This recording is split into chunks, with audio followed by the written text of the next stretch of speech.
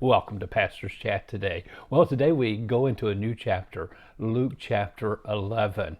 So many lessons we can learn from this chapter and apply to our lives that we can be the people of God in this crazy world in which we live that can make a difference. We can be world changers if we learn the principles and the truths in this chapter.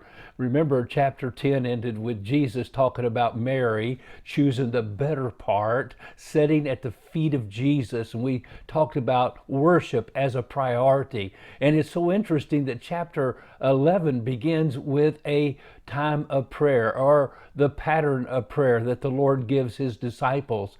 And they ask the question, now it came to pass as he was praying, Jesus was praying in a certain place, when he ceased, that one of the disciples said to him, Lord, teach us to pray as John also taught his disciples.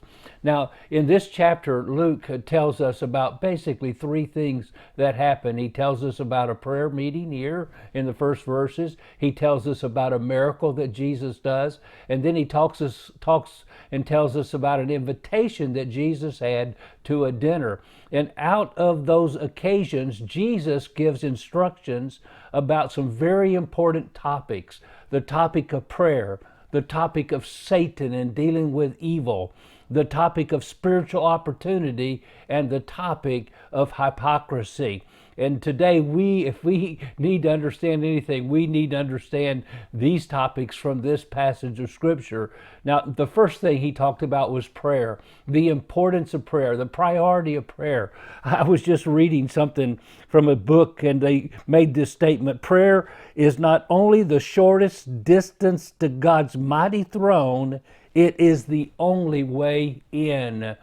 Yes, if we're going to get into the throne room of heaven and check into the resources of heaven for what we need down here on earth and ask for them, we go in by prayer. I don't totally comprehend that God has given us this great privilege and honor, and yet at the same time the responsibility to pray. But if there's one thing that it seems to me we ought to be doing, it should be praying. I think it was John Wesley who said, the devil trembles when the weakest Christian gets on his knees. There's something about prayer that changes everything.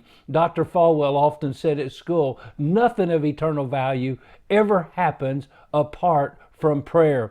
As we look at this chapter, we see in the very first verse that one of the disciples asked Jesus, teach us to pray. Now, that should be interesting to us because this is the only occasion we have where the disciples asked the Lord to teach them something. They did say increase our faith, but they never said teach us to preach, teach us to do miracles, teach us to be good teachers of the Old Testament, of the law, or the Bible. No, they asked, teach us to pray. And why did they ask to be taught to pray?